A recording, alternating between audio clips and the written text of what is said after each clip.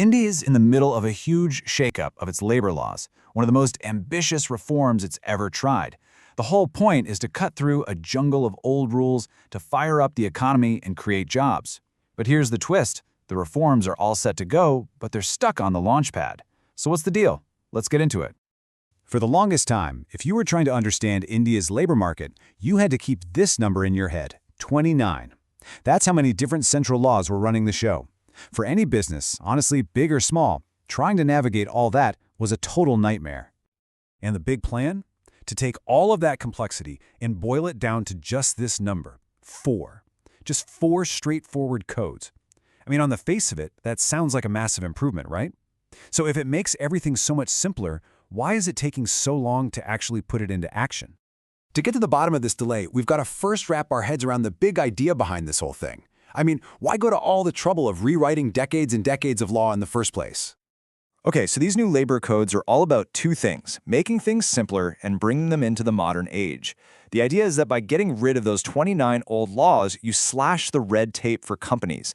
That makes it easier to do business and, theoretically, much easier to hire people. And let me tell you, this isn't just tinkering around the edges. These 4 codes cover the whole shebang. We're talking about everything from your wages to how unions and bosses get along, all the way to your social security, and of course your safety on the job. It's a fundamental rethink of India's entire labor landscape. So why the big rush? Well, it all comes down to this absolutely massive number. An estimated 12 million young people join India's workforce every single year. That is a huge wave of new job seekers. And a lot of folks see the old, complicated laws as a major roadblock to creating enough jobs for them. And look, this isn't just some random estimate. This is coming straight from India's own economic survey. It basically says the country needs to create almost 8 million non-farm jobs a year until 2030 just to keep up. That's exactly why these reforms are seen as so incredibly important. So, if the goal is clear and the need is so urgent, that brings us right back to our main question. These codes were passed a few years ago. Why the holdup? What's really going on here? And this right here, this is the heart of the conflict. You've got 2 completely different points of view. On one side, you have the business world calling this the biggest reform in a long time, loving the idea of less paperwork. But on the other side, you've got the labor unions saying, hey, hold on, you haven't listened to our concerns. They argue that the new rules are tilted in favor of employers, making it easier to fire people, while things that would have helped workers were just left out. It's a fundamental disagreement over who really wins. But wait, there's more. As if that wasn't complicated enough, something else has been happening in the background. The very idea of what work is has started to change, and that's adding a whole new wrinkle to this story. I'm talking about, the explosion of the gig economy, platform work, and of course, artificial intelligence. All of these things are totally shaking up our old ideas about what a job is, what a wage is, and what Social Security should look like. And this probably makes everyone even more hesitant, because you really have to get these new laws right for a future that's looking very different from the past. So, how on earth do you break a deadlock like this, especially when the ground is shifting under your feet? Well, a lot of people say the answer lies in a conversation that just isn't happening, and it's supposed to happen in a forum that seems to have been forgotten. And that brings us to this key idea: tripartite consultation. It sounds a bit formal, but the concept is actually super simple and powerful.